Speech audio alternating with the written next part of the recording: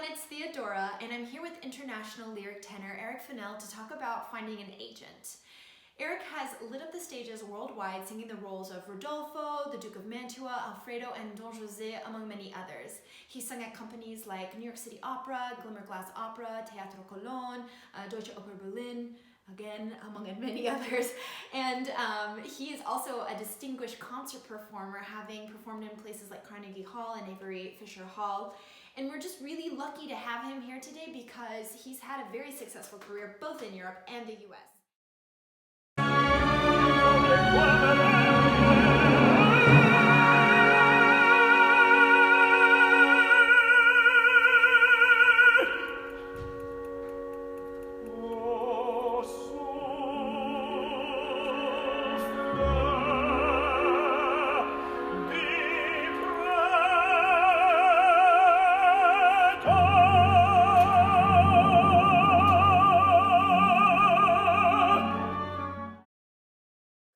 I want to kick off the conversation by talking about how you found your agent.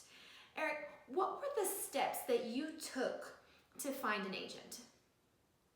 Well, when I came to Europe, it was just starting to become popular where artists would post some of their best work on YouTube.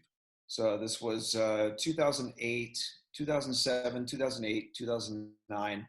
YouTube was still really young at that point. But I immediately saw it as a tool to sort of get my work around the world. You know, if I couldn't get to Berlin or to Paris for an audition, my YouTube clip could. Um, so I did the best that I could to record live video. That's always the best. If you have to do something in a studio, then you have to do that, you know, but of course, people want to hear what your voice sounds like in an auditorium with a full orchestra, that kind of thing, you know. So yeah, I was fortunate enough to have some friends and colleagues who would just hold my video camera. And a lot of times it was during a Sitzprobe, because you do have the balance of the orchestra, even though you don't have the scenery and the full acting style. But a lot of times that works a lot just like an audition for them, just over video, and you have a live orchestra, which is pretty great.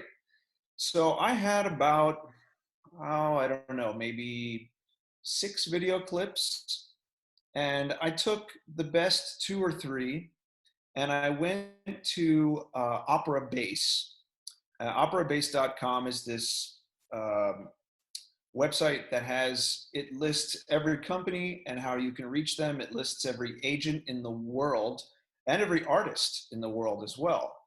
And I went by country, and I wrote a very simple email. I was extremely honest. I didn't try to write something in German or Italian or French. I told people I was American. I told people I'm interested to move to Europe, that kind of thing.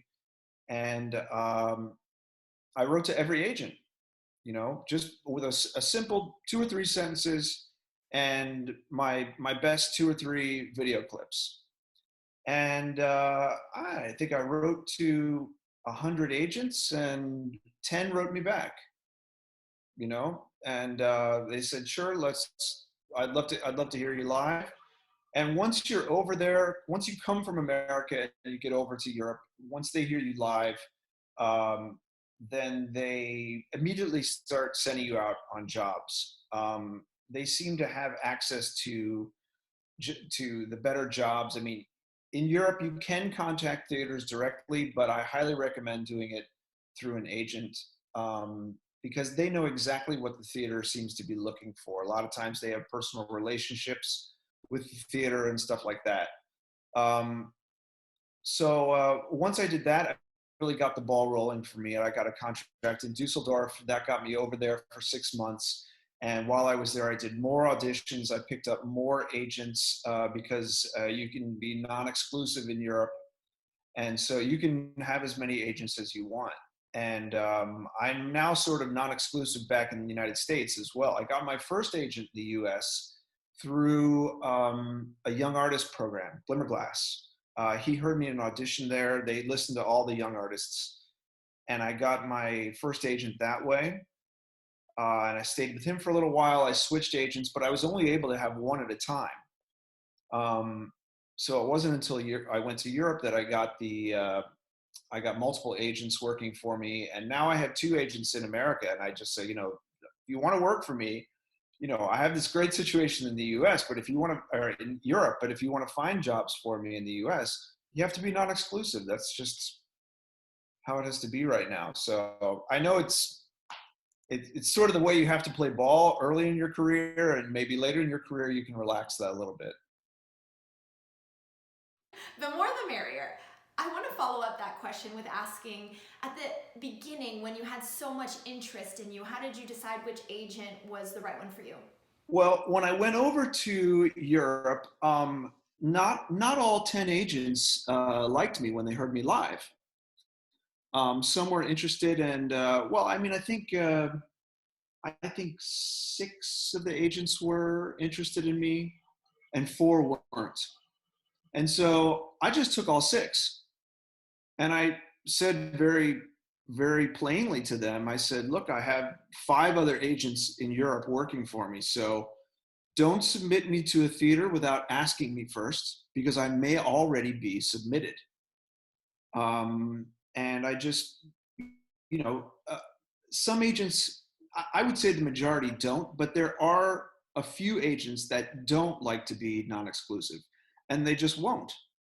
They're financially independent or something like that. There are some agents in Europe that kind of do this as a hobby. I have met agents like that too, and so they don't hustle at all. They sort of see it. They sort of see the job as sort of kind of a celebrity status or something, or a hobby. There are agents here like that. So, but yeah, I just took them all. Definitely the way to go. I want to ask you, as a young artist, what can you expect from your agent, and does that change over time? Definitely. When you're starting out, it's very hard. I was extremely lucky that I didn't have an agent approach me who wanted to collect a retainer from me, because a lot of agents do that and they prey on young artists. I was lucky that I didn't have that. I was lucky that I had an agent who was honest, because a lot of agents, will steal money from you if they can, or they'll offer, or they'll say to you, you have to give me a 15% or 20% commission. And it's completely ridiculous. I mean, for opera, it's never more than 10%. For concerts, sometimes 20%, but really 15% is much more fair, because especially when you're a young artist and you're not making $10,000 per concert, you're making more like $200 or something like that, or $250 if you're a young artist.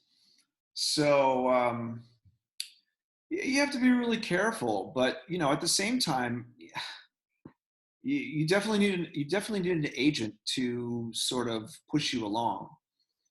A few times I've tried to negotiate. I would have somebody say something to me like, we want to take you on, but we want you to pay a retainer. This was after my first agent. And I said, I won't pay a retainer, but I'll give you 12% of every commission you get. So it sort of inspires them to work hard to get me jobs, because they get a higher commission from me, So they get paid more only if they get me the work, and really the work is getting the job is the most important thing, because the work gets you more work. Yeah. So you have to be a little bit careful. You have to be willing to sort of cut them loose if you don't feel like they believe in you anymore, or if you feel like that maybe they're swindling you out of some money, or they're toxic to your to the growth of your career. I've had a lot of agents submit me for jobs that weren't appropriate, roles that were too heavy for me. Um, and you also have to know how to say no, because they want the commissions, so they're they're going to try to push you into roles that you're not ready for. So you have to be a little bit smart in that respect. And the best kind of agent to have is one that will sit down and talk to you over a coffee or over a video chat or something like that, and talk to you about your career. What are you interested in singing? Where do you see yourself going? What do you think your voice is now? Where do you think it's going to go? What are your strengths and your weaknesses? And I mean, the best question he could ask you, or she could ask you, is how can I best sell you? Because this is because then they're right away they're admitting that they want to collaborate with you. They want to collaborate. They're interested in your career. They're interested in your well-being. So and those agents are hard to come by, because a lot of the agents work for basically they work for the theaters.